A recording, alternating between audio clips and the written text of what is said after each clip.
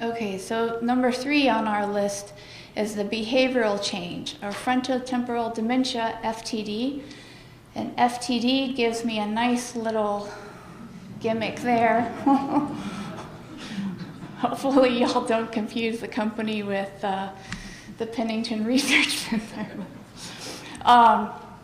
So this originally was known as Pick's disease, but I'm going to call this little flying guy Fred. He's gold and he's very extravagant. So a year ago, at about 56, he started embarrassing his wife at parties, just saying inappropriate things, embarrassing her, saying he didn't seem to have any control over what he said. 8 months ago, when his brother died suddenly, he didn't seem to care, which is really disturbing to the family. And about 6 months ago, he noticed a tremor in his right hand, and so was diagnosed as Parkinson's disease, but again, didn't respond too well to the medications. 4 months ago was the last time his best friend ever talked to him, because his best friend found him completely inappropriate and not friendly.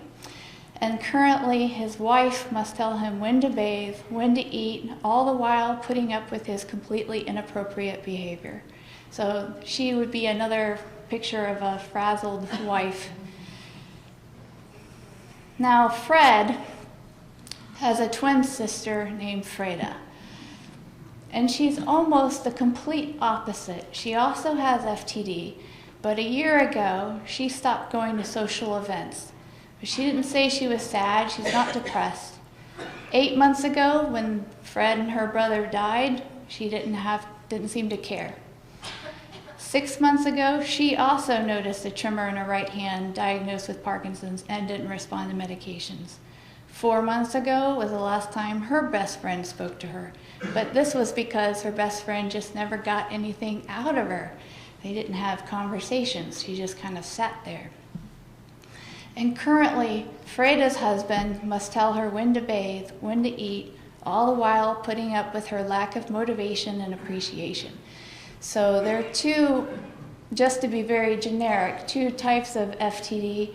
One is where the behavior gets very extravagant and impulsive, and the other where it almost goes away, like apathy. They don't have any motivation to do just about anything. You can still hold a conversation with them, but Fred will be talking about your pants and all sorts of other weird things, and Freda will only answer questions. She won't start any conversations. The levodopa used to treat Parkinson's disease can help Fred and Freda with their physical symptoms, but their physical symptoms are typically fairly mild. Memory medicines can help a little bit, but sometimes they make the Freds out there worse. And behavior medications have limited effect, especially on the apathy.